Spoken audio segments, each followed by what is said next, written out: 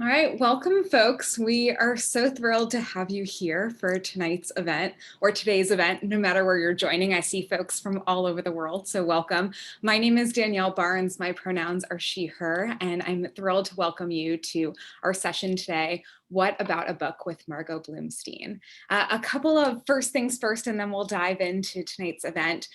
So I want to let you know that we do have automated captioning that's happening. So if you see at the top of your screen, live captioning, live streaming, you can click on that and it'll direct you to live captioning with Otter. It's automated, so it's imperfect, but a way for you to follow along.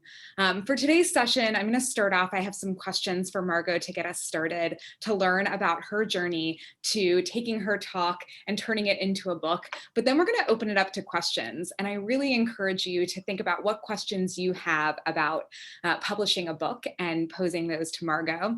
We'll open those up about halfway through. So feel free to drop them in the chat at any point, and then we'll make sure to visit those towards the end. We held a session earlier today and got a lot of really great questions, so I encourage you to ask those. So without further ado, I'm thrilled to introduce you to our speaker, Margot Bloomstein. You may know Margot from content strategy or design conferences, where she's taught workshops and keynoted events for more than a decade. A working content strategist for more than 20 years, she's consulted with clients in a range of industries, from software as a service to sex toy retailers and footwear technology to 401ks. She's the author of industry mainstay Content Strategy at Work and the new Trustworthy, How the Smartest Brands That Beat Cynicism and Bridge the Trust Gap.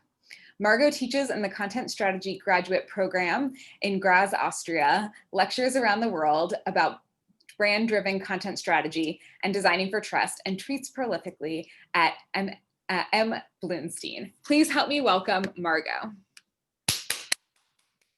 Thank you so much. I'm stoked to be here tonight where I am, and for the mornings or early evening, or what is time but a social construct wherever you are.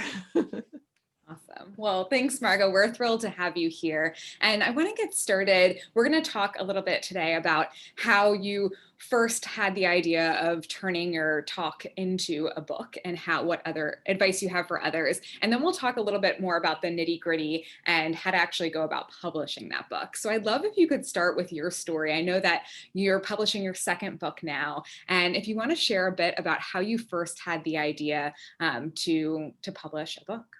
Sure. Well, if I go back to my first book, they've kind of taken similar paths in some ways, where I had been speaking on a topic for a while. With my first book, I think I started talking on the subject of content strategy and the value that it would have to other people in an organization. So what was content strategy for designers? What did it mean for IAs? What was the value of it for project managers and social media strategists? I think I started talking about that at meetups, and then bigger and bigger stages around 2009, 2010. And then at a conference in, I want to say like late 2010, maybe early 2011, a colleague that was also speaking at it said to me during the lunch break, like, that was good. So you working on a book? And I was kind of like, oh, you think that this is book worthy? You think I am book worthy? And I said, no, but should I be, you think? And I remember he said, well, it just felt like the structure of your talk would lend itself well to the chapters in a book. It seems like it kind of makes sense, and that the topic would be appropriate for a book in our industry right now. And around about that time, another colleague had reached out to me to say that a friend of hers was the acquisitions editor at Morgan Kaufman, and that they were looking to bring a book about content strategy kind of into their stable. And she made the introduction, and I started working with them, and it felt right to take what I had been speaking about and to have a way to package it up in a way that would be more permanent and maybe more accessible to people beyond just who was coming to conferences at that time. And then also with Trustworthy, I've been talking on the topic and researching it and developing case studies around it and kind of collecting more and more interviews and examples on the topic for about 2 years. And then at a certain point, I guess there was almost like this tipping point where I felt like the impact that I wanted to have needed to go beyond just the people that were in the room. And that I wanted to reach out to bigger rooms and reach out to bigger audiences, because I thought that the ideas that I was speaking about were so important that I wanted to make sure that I could get them into the hands of people that could run with them. And the book was the right content type for me to do that, to take my ideas, make them more permanent and more portable. And I think that's what a book can do for you. Great. Thanks for sharing that, Margot. And for those, I know there's a lot of folks here, I recognize a lot of names who are speaking already. And so for folks who have a talk or a topic that they're really excited about, how would you advise them of when to know they're ready for a book? And maybe you can share just your own experience of what was that tipping point? How did you know when, okay, I've been giving this talk and now I know that I'm ready to work on turning this into a book? Sure. Well, I would say listen to your audience. I mean, I think many of us know that feedback is a precious and valuable gift, because it means that somebody that has already taken the time to listen to you or read what you're writing, reading your blog or your last Medium post, they are so invested in you and your idea that they say, I want more, or here's how you could think about polishing that up, or I want to see this go further. So consider speaking to these people about it too. And I think when you get that kind of feedback, or when people push back and say, I like this, but I need a way to bring it to maybe my boss or grand boss or the project manager on my team or my CMO. When they say those things, that's when I think you can look at taking your ideas and seeing how you can reach those bigger audiences. So I say listen for that feedback, and then also consider your reasons why you want to write a book, because it may be that you want your ideas to go further or to last longer than they might in a Twitter feed, or in some sort of like tweet storm or in a blog post, or that you want to associate your name with those concepts more and build out that thought leadership. And a book is a great validator of thought leadership, and to a degree expertise, I guess, but we should talk more about that. And I think as you determine what content type is right for you to meet those needs, that can point you in the direction of a book. Or it might point you in the direction of maybe it's time that you launch your podcast, or maybe it's time you start publishing more white papers and bylines or something to bring your expertise out that way. Not all content types and channels are right for all brands. I think those of us that are in content strategy kind of have that tattooed on our knuckles if we have enough knuckles. And in the same way, like a book is not the right vehicle for everyone to get out their ideas. But if you like to write, because it turns out writing a book requires writing, if you like to do it and you're enthusiastic about doing it, and it's a content type that will resonate with your audience, then I think that's how you know it's the right thing. And then the feedback of your audience tells you it's the right time. Right.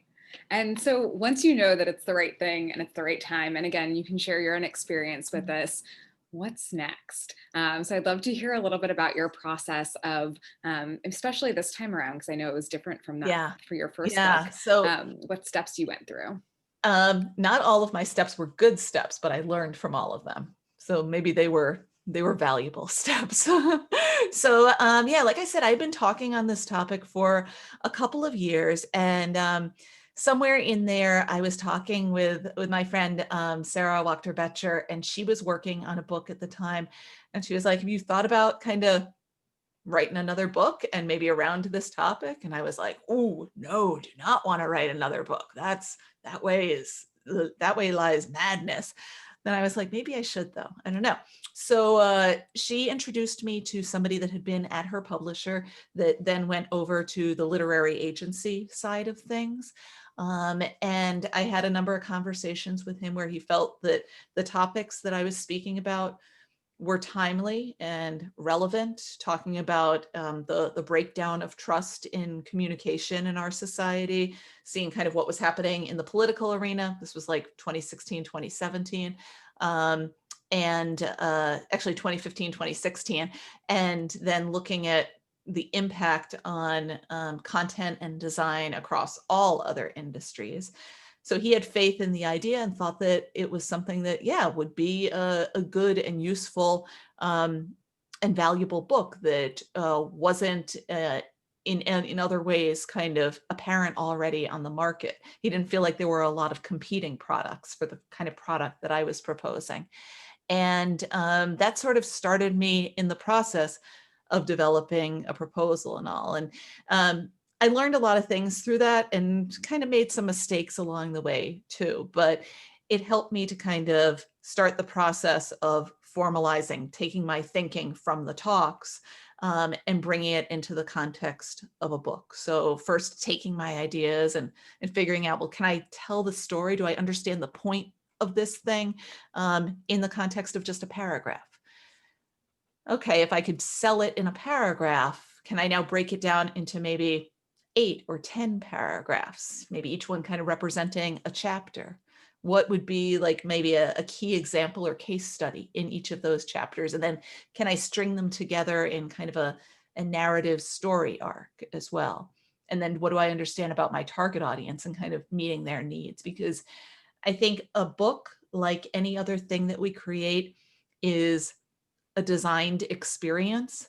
And design is a form of problem solving. So we have to understand, what is the problem that my audience currently has? And I need to know my audience for that.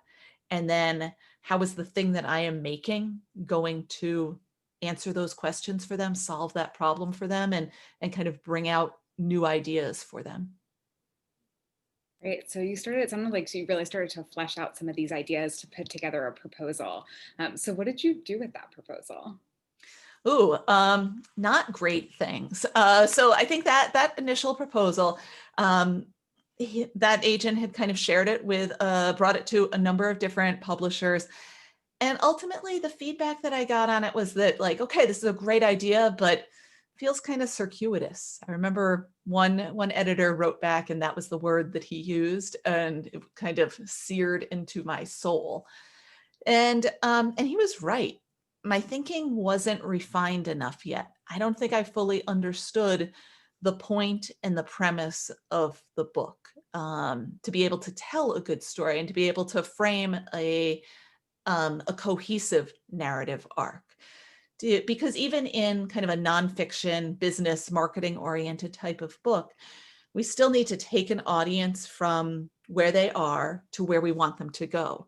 And just like we know from crafting a talk, just like you probably know from crafting a talk and delivering a talk on a stage, your audience comes into that space with some preconceived notions, the baggage from their own lived experiences and jobs, and you need to be able to get them to buy into some ideas early on so that then you can say, okay, and if you believe that, if you can empathize with these points that I've just made, now I can sell you on a way to resolve that problem. Now I can bring you through more of my thinking. And I don't think my proposal initially did that. So I kind of went back to the drawing board and was talking it through with my friend Josh Silverman. He's a creative director and head of the Masters in Design program at California College of the Arts. And he was like, oh, somebody that you should talk with, Jill Swenson. She's so Jill Swenson of Swenson Book Development. She's a developmental editor, works with a lot of authors on their proposals. She also works as a literary agent too. She can help you reframe your ideas. And that's really the value of a developmental editor, to say, let's poke some holes in this. I'm going to kind of see what's missing and help you confront the problems in a manuscript or in a proposal to make sure that you're telling a cohesive and compelling story. And along the way, that process helped me create a better proposal, which then helped me create a better book, from the developmental editing level all the way down through the details of line editing and copy editing, writing and proofreading.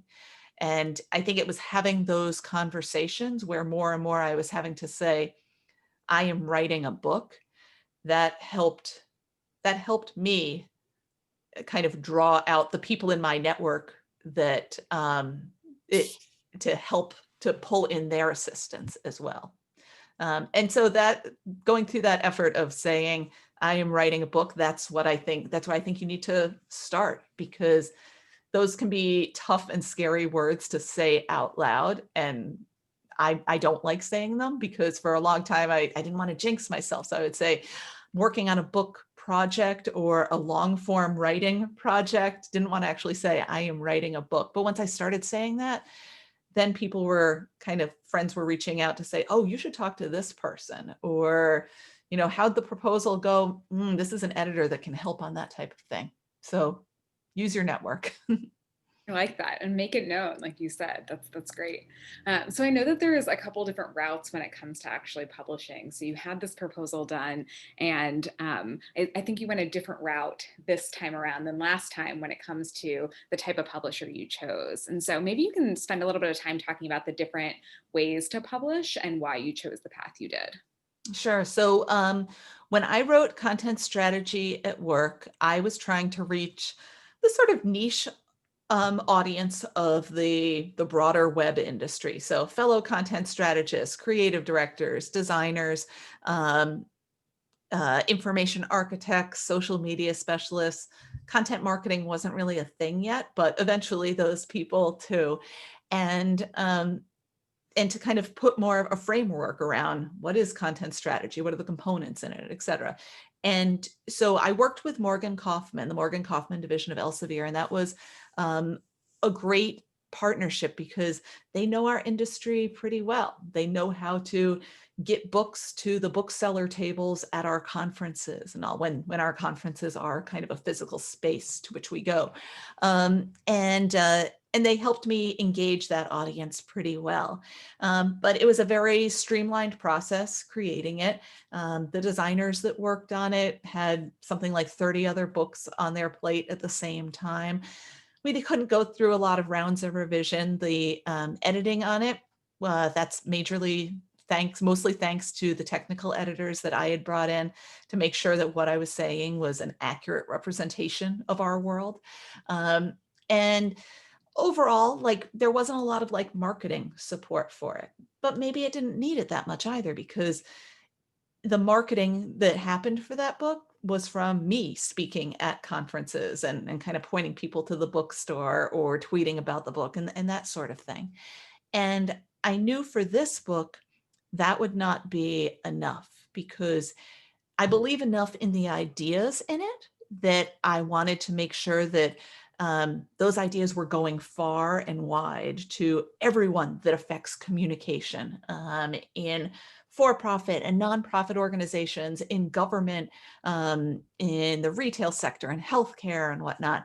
And I wanted it to be in the hands of CMOs, marketers, designers, content strategists, copywriters, all the folks that are kind of the boots on the ground, making communication come to life for their organizations. So I needed to be able to go further with it. That's why I wanted those ideas to be in the form of a book. And then I wanted it to be a book coming out from a major publisher that would be able to support it with good marketing. I didn't want to write this thing and then have it sort of wither and die. So as I started working with, again, with Jill Swenson then, and she started targeting specific editors at specific publishers with whom this would resonate. We started looking to say, okay, where would this be a good fit? And there were some publishers in the academic sector that were pretty interested in it. Some of the top tier trade publishers were interested in it. And then I started getting offers, and there was one that came in that it kind of revealed the writing on the wall. The fact that even though I wanted to work with a big publisher that would be able to put good marketing resources behind this, I wouldn't necessarily be reaping those good marketing resources, because I would be a little fish in a big pond. most publishers, when they're doing marketing support for a book, they're investing marketing in a known quantity, an author that they've published before, where they know there will be a good return on the investment. And they didn't know that about me. So at the end of the day, I ended up walking away from an offer from a good publisher because I felt that I wasn't going to be able to get the marketing support there. And then also their offer included a book buyback. And if you're not familiar with the term, a buyback is when the publisher kind of reduces their skin in the game and they say, yes, we will print this book, we'll take care of distribution through all major publishing channels and distribution channels. But we need you to buy a number of the copies. So let's figure out, where do you think you're going to be speaking this year? How big is kind of your target audience? Where do you think you could go and sell this book? And so I put together a list of all the places where I thought I would be speaking over the coming year. In addition, like corporations that I was hoping to talk with, where I thought the book would be a really good, useful fit for their entire marketing department, that sort of thing. And I put together that list and I thought, okay, I think this is about the number of books that I can move. Maybe let's say 1,000 copies. And so I went back to them and I said, okay, so would you take care of drop shipping them to these events? Because books are heavy, especially if this is hardcover. And also that could be expensive if I had to start shipping them all those places. And they said, no, we'll send them to you on a pallet that you can have sitting in your basement. So I would be carrying all those books. And I said, okay, and how many are we talking? So I'd been thinking, all right, maybe I could take care of like 1,000. They said, we were thinking 5,000. I said, would the advance cover that? So, okay, I'd be out the advance. Oh, no. There wasn't going to be an advance in that because advances in our industry have been shrinking more and more and more, especially for authors that don't have a big kind of tested, known audience. So I took a step back and I reached out to an audience or to a group of fellow speakers, many of whom had published books, several of whom have had books go flying up the New York Times bestseller list and whatnot. And I said, am I just kind of out of my league here? Is this typical? And I started getting response after response that said, wait, they wanted you to buy 5,000 copies, only 5,000 copies? They wanted me to buy 10,000 copies or 15,000 copies. And I was like, whoa, this is not the space that I want to be in, because I don't necessarily view this as the opportunity to make a lot of money on this book, but I don't want to lose money either. I believe in my ideas, but I don't want to debase myself to the publishing industry. So that's when I started talking with those same friends to kind of hear what they had done. And a number said, well, we actually went the route of a hybrid publisher. And a hybrid publisher kind of falls within the spectrum of self-publishing. And I know when I started out on this process, I thought, ooh, self-publishing, that's if you can't land a deal with like a real publisher. And I thought that, and I was completely wrong. Because self-publishing, as it turns out, is a pretty broad continuum. And at one end, yeah, there are services like Amazon CreateSpace, which enables an author to get their work out there without a lot of oversight. And that might be enough if you're looking to just publish a book of family recipes, where your target audience is maybe your family and friends and town. They also are great for authors that are saying, I already have finished copy. It is good, or as good as I think it should be. And I need this for the workshops that I'm going to be conducting. I want people to be able to buy the book. And that's fine. And at the other end of the spectrum are hybrid publishers that offer all the support in terms of editing and design and marketing oversight that you would expect and hope for at a big publisher. And it turns out with a lot more partnership. So you've got one end of the spectrum where if you want good design and editing and whatnot, you have to hire that separately, piecemeal, and kind of invest that money. At the other end of the spectrum are publishers that are very selective still about the authors with whom they work, because they want to make sure that they're publishing things that are the high quality that they expect, and that will be successful. And but they're providing that level of service around it. And I found that ultimately, because I wanted that level of marketing support that I couldn't find at an academic publisher, I couldn't find at a top tier trade publisher, hybrid publishing made the most sense. And I ended up going with Page Two Books, and they've been an incredible partner on this journey. And I've learned so much working with them, and I appreciate the wisdom and collaboration and a level of back and forth that I get on things like cover design and making choices around the paper and the whole editorial and proofreading process. And that's all stuff that I wouldn't have gotten with a traditional publisher. Awesome. Thank you so much for sharing your journey in there, Margot, and how you approached these different questions, deciding what path to go. Because as you mentioned, there's a lot of different options you can choose. We're getting some great questions in the chat, so I'm going to open it up to Q&A, and I encourage you, if you have a question, to drop it in the chat. This first one's from Alba, and she wants to know, how did you financially budget for the writing process, i.e. hiring a developmental editor? I know there could have been this buyback that you didn't end up doing, but for folks thinking about, writing a book, how should they think about financially budgeting, and how did you do that? So I would say look at kind of as broad a financial picture around the book as you can. So think about what you want to get out of it.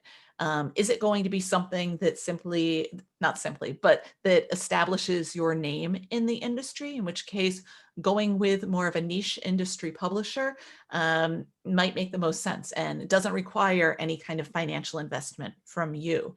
And there's Morgan Kaufman, A Book Apart, Rosenfeld.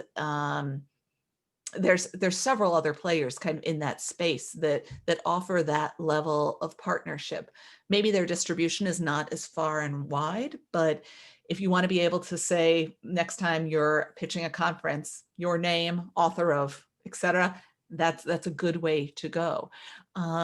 If what you're looking for is to make a lot of money from the book, a hybrid publisher makes more sense than a traditional publisher, because you will get a greater cut of the proceeds. So if your book is, if it retails at, let's say $25, you'll see more of that, I think probably like 10 to 15 in that range, than on average, than you would if you had gone the route of a traditional trade publisher. But that's because you've got a little bit more invested up front. And then also you can control more of the pricing of the book.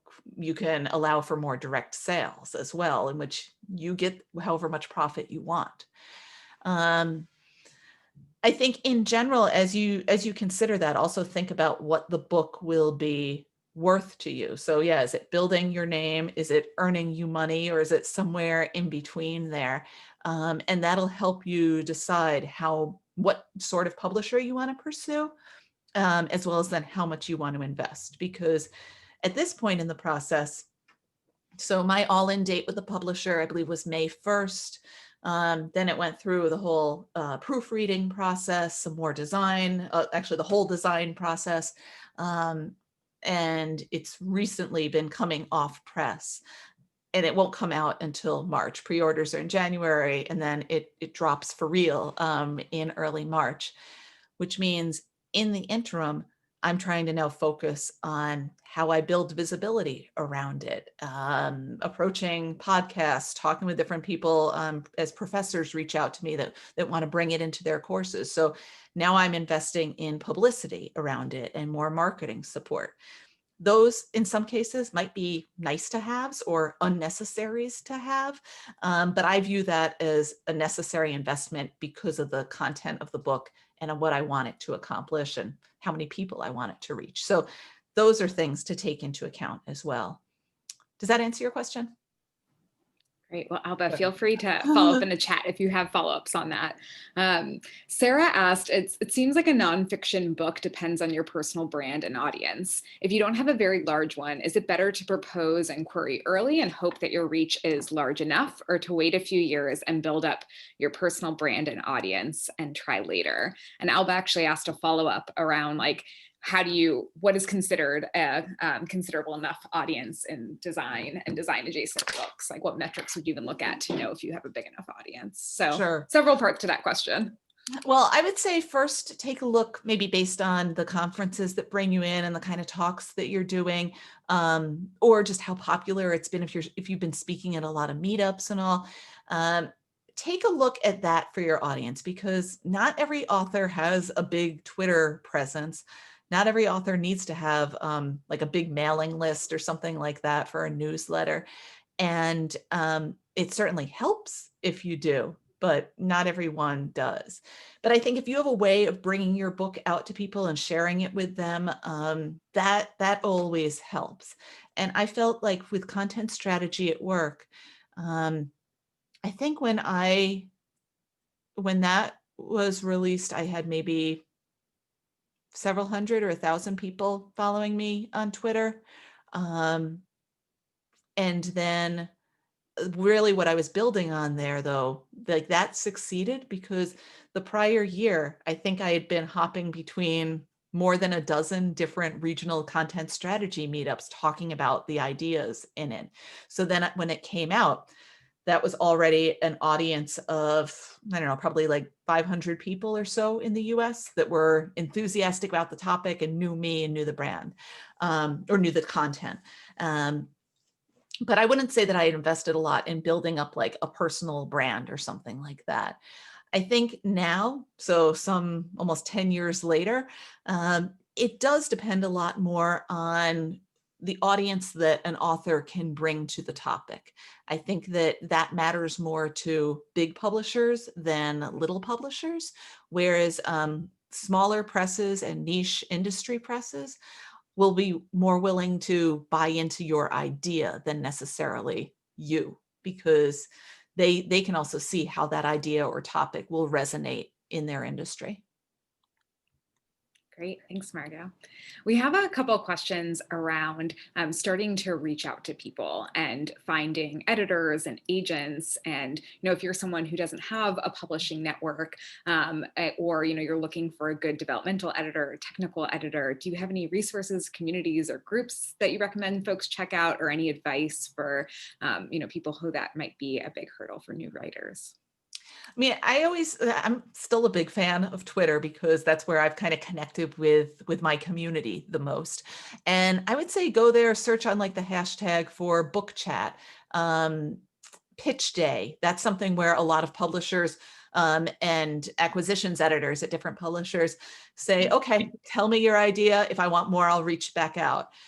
So search like those types of hashtags, and then also see what's going on around those topics on LinkedIn too. I feel like LinkedIn has been kind of like the quiet dark horse social network that suddenly people are realizing like, I can really talk up my ideas and how I'm researching this topic and the sort of questions I'm asking as I interrogate this topic and this premise more. I can ask those questions on LinkedIn and start to build more visibility there. And I think it's as you talk about what you're doing, which takes courage and bravery, and you should do it better than I did. You can actually say, I'm writing a book about. But as you talk about it, then people start leaning in and reaching out to you to say, oh, you should talk with this person. They're doing similar work.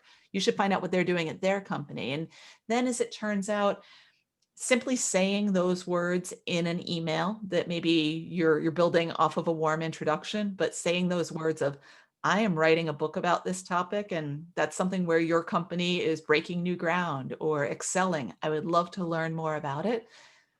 Those words open a lot of doors. Because I did reach out to a lot of people, both with my first book, where I wasn't any kind of known quantity. And then in writing this book too, I reached out to a lot of people who I thought their stories deserve to have a bigger audience. And it turns out the people that do that work and have those stories, they value their expertise, and they oftentimes want to share their expertise. And I think that idea of expertise and how we socialize it, that can kind of curry a lot of generosity. And that's good, because I think some people go into this thinking like, like the question was like, how big of a network do you need to have? How much of a known brand do you need to have? I think oftentimes people also ask, like, do you need to be an expert in it?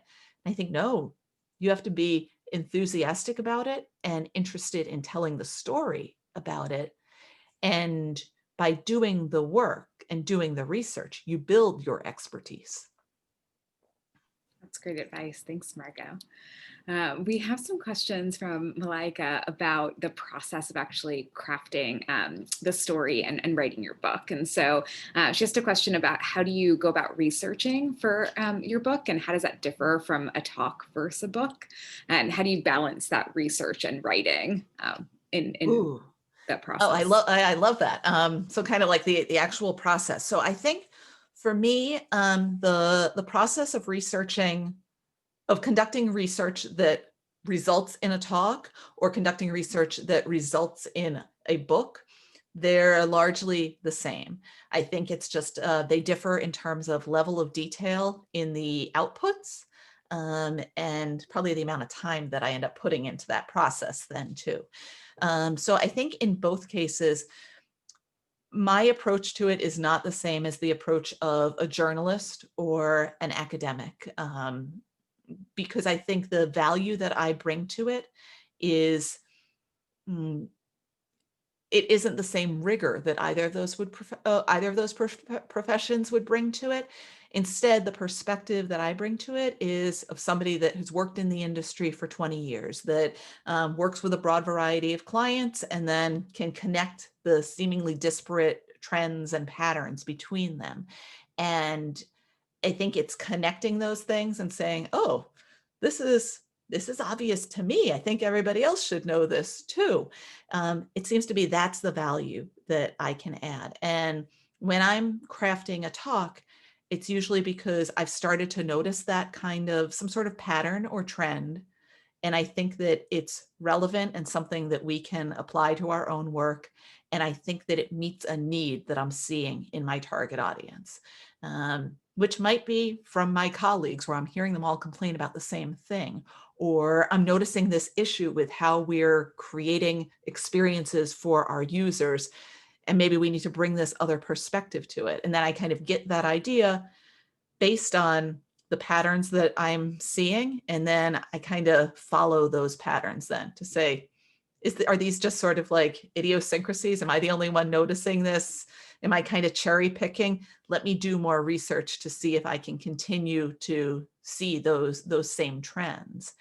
And if I can find those patterns recurring and then map kind of a bigger takeaway from it, sort of a so what, that becomes the point and premise and actionable advice that comes out of a talk. And with a book, same thing, kind of the idea based on what I was seeing, and then continuing to do research to see, is there something here? And then can I map out kind of a new framework from it to make what I'm seeing kind of an actionable input then, to give people a new framework, a new takeaway that solves their problems. And maybe they aren't problems that they've been able to put into words before, but that's my job in writing it then, to say, have you ever noticed? This is why. Here's why we can believe that this is why. Here are some examples of it happening, and now here are examples of how we can fix it. And then the solution exists in this framework. Maybe it's a 3-part type of thing. 3-part things seem to sell well, to say, all right, here's how some organization is doing it well. Let's unpack it. These are the takeaways. Another organization, et cetera. And we build that up then into a conclusion. And I think that sort of structure in a book, you've got the freedom to offer more examples and more detail and more direct quotes. In a talk, not as much. So I feel like the difference in structure is less important than just simply the difference in volume and level of detail. A book is a great way to have a longer conversation with your audience. Yeah, so on that note, a follow-up question was, how did you break down your presentation deck or talking points into a book outline? And was it just that it was like, this is your outline and you're going in further depth, or did it have a different structure? So when I'm crafting a talk, um, it's kind of a funny dance, I guess, because I'm always going back and forth between, um, I guess, media types. Because I'll usually think of like, oh, okay, so what's this premise here? And I'll kind of think about like what the abstract would be like and jot it down. That usually, most of that thinking usually happens in the shower. And then I'll be like, okay, here's what that could look like. And then continue to do research to see like, am I onto something here? And then at a certain point, I'll write it out sort of long form. Like if I did this thing for real, let's spell it out over a couple pages. What are the sort of examples I would have in there? What does that broader structure look like? And then I will take that like long form copy and pull it into slides, dropping like a paragraph per slide, and then say, how do I tell this story visually? Print out the whole thing then, but really small, cut them up and move those cut out slides around then to say, is this really the right order of events? Then after I feel like I've got a good layout for the talk, I'll go back in and kind of start moving around the slides on the screen as well. So I'm going back and forth with how I'm telling the story and the different platforms that I'm using to tell the story. And yeah, so I'm always working kind of verbally and then visually, moving things around physically, then moving them around in the experience that I'm trying to create itself. And then as I was starting to write the book, I kind of went through a similar process where I wrote things out long form. Then I was trying to kind of spread them out more on the screen, print them out and cut them up, move them around, sometimes taping things into place or gluing them into place. And then as I was kind of figuring it out more and more in the book, then I was able to go back to my talks and say, this is the structure that I was missing. Maybe this isn't about a narrative that goes through a series of examples. Maybe this is really about a narrative that can fall into a three-part framework. So that's what I present in the book. I say that we have to address the issue of trust by looking at voice, visually and verbally, volume of information that we're presenting, and how we engage with vulnerability. And so those three categories then kind of went back into my talk. So it was constantly this process of back and forth across platforms and media, until I got to the point where I was like, okay, this three-part framework makes sense. This is how I build from problem, what we all believe. If we believe in the problem, here's some ways to look at the solution. And then as we move through this order, as we get to the end, let's conclude by saying, all right, if we believe in all of these concepts as we've moved along this journey together, so what? What is the biggest and scariest and most high impact thing that could come out of changing the way we do this work? Because let's race after that. And because I like to leave on a high note that's a little bit scary. Awesome. Thank you for giving us some insight into your process and how, writing your talks helped you write your book, but then also helped you write better talks. Alba wants to know, when you pitch your book, either to publishing people or non-publishing people, do you use a particular framework? So I know you talked earlier about having your paragraph and then building it out to multiple paragraphs, but do you have any other kind of like specifics or frameworks that you use for actually putting together the pitch or the proposal? So for the proposal itself, well, let me answer that with a couple of resources. And this will be a shorter answer too, which I know has been painfully rare right now. But as far as putting together the idea and how I can think about it and then speak about it, I used a wonderful book, and it's this skinny little book called Get to the Point, Sharpen Your Message and Make Your Words Matter by Joel Schwartzberg. And like I said, it's it's skinny because he's good at getting to the point maybe. And he's written it for people that do public speaking, that are trying to do a sales pitch, that are doing any kind of like professional writing. And it's impressively valuable and useful. And he talks about like, how do you go from having an idea or an observation to then having a point that you want to make? What does it mean for your writing to have a point and a purpose and a premise? And how do those things vary? And that allows you, I think, to craft an idea that is original and has an impact and will have value to whoever you're sharing it with. And the person that directed me to that book that said, okay, you're going in circles. I don't know what this is about. You need to give me something more useful here. Stop it. You're being self-indulgent with your words. That was my developmental editor. And editing is an act of love. And at times her feedback made me cry and made me feel so frustrated and made me feel like I have no business doing this. And occasionally her feedback also made me feel good.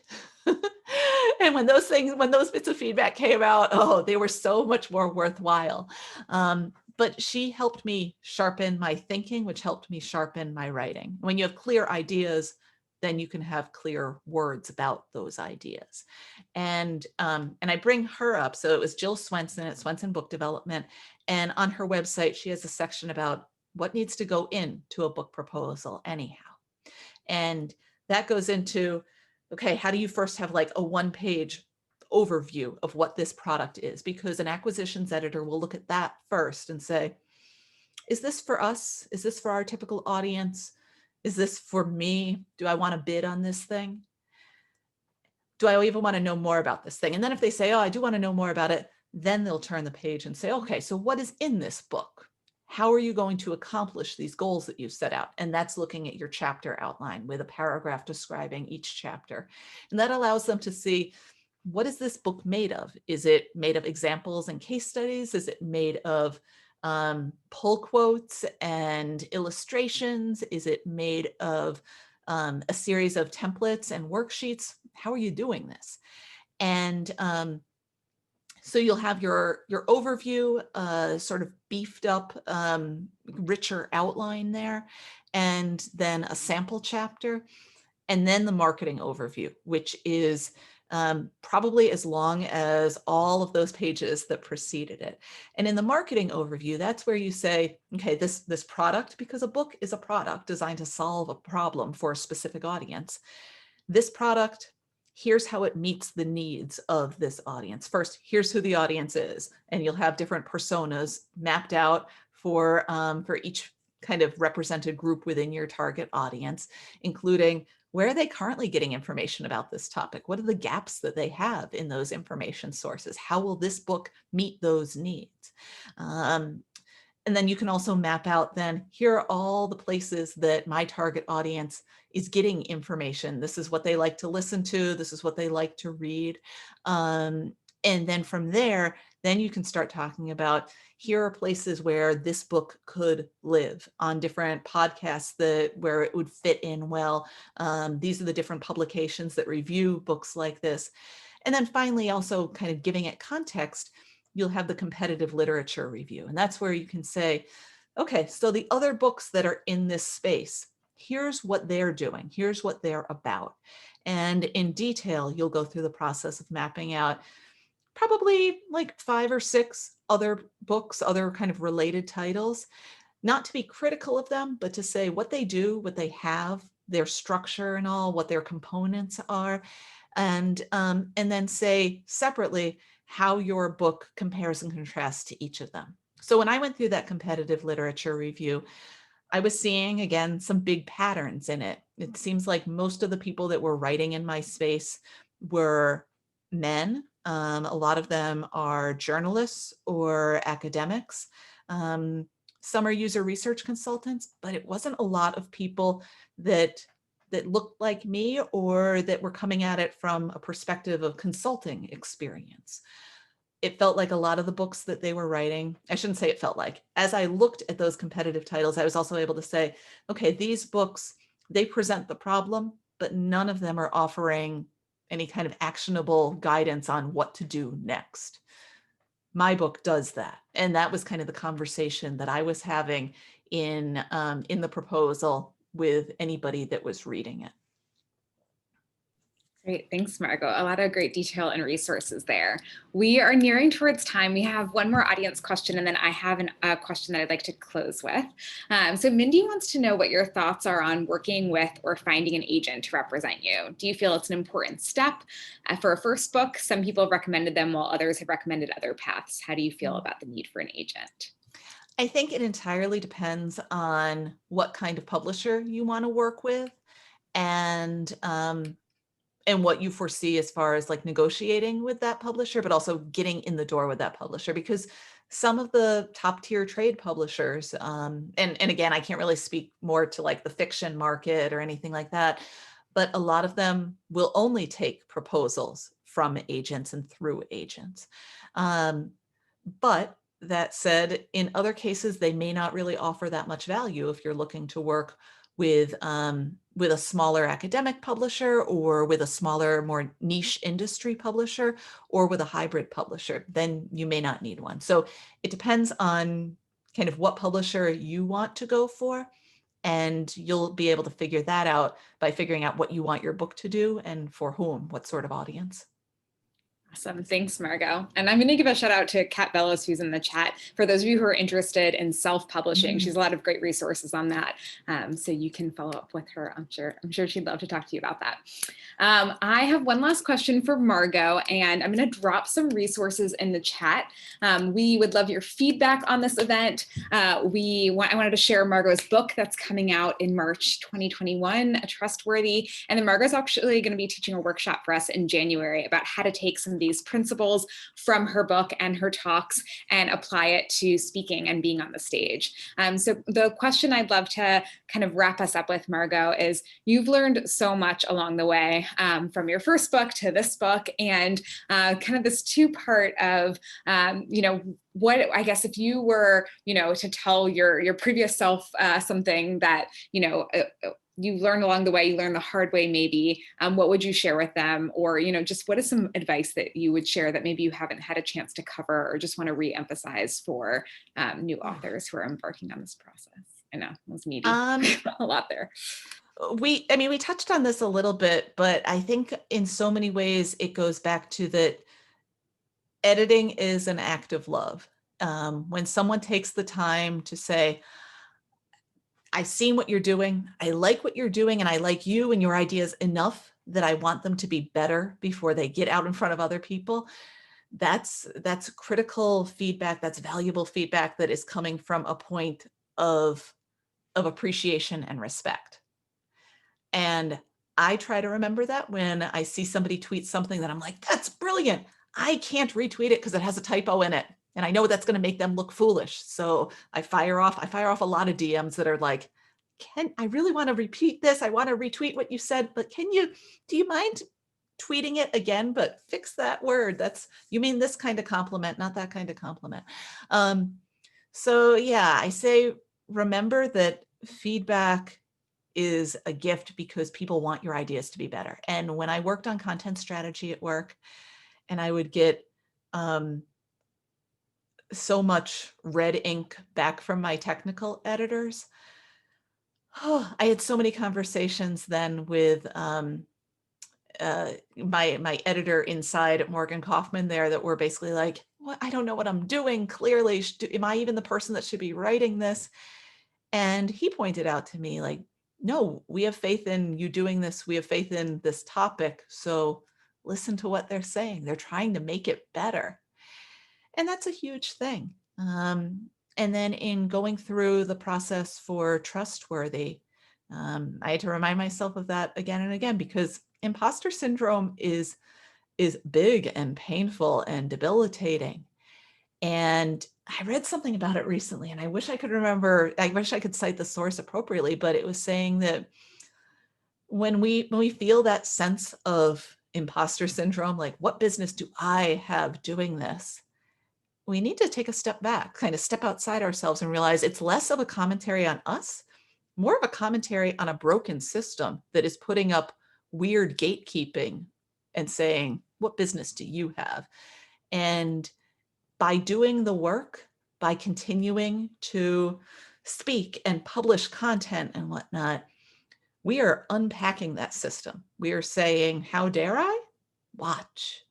And I have a lot of Post-it notes in front of me, but I've got one that's been hanging in front of my computer, actually two that I want to share, that just says, how dare I?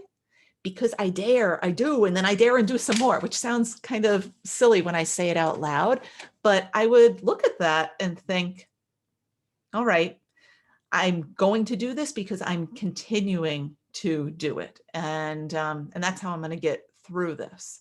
And I think in working on this project, I just had to keep sitting down and saying, I have a place in doing this because it isn't that other people aren't speaking in this same space.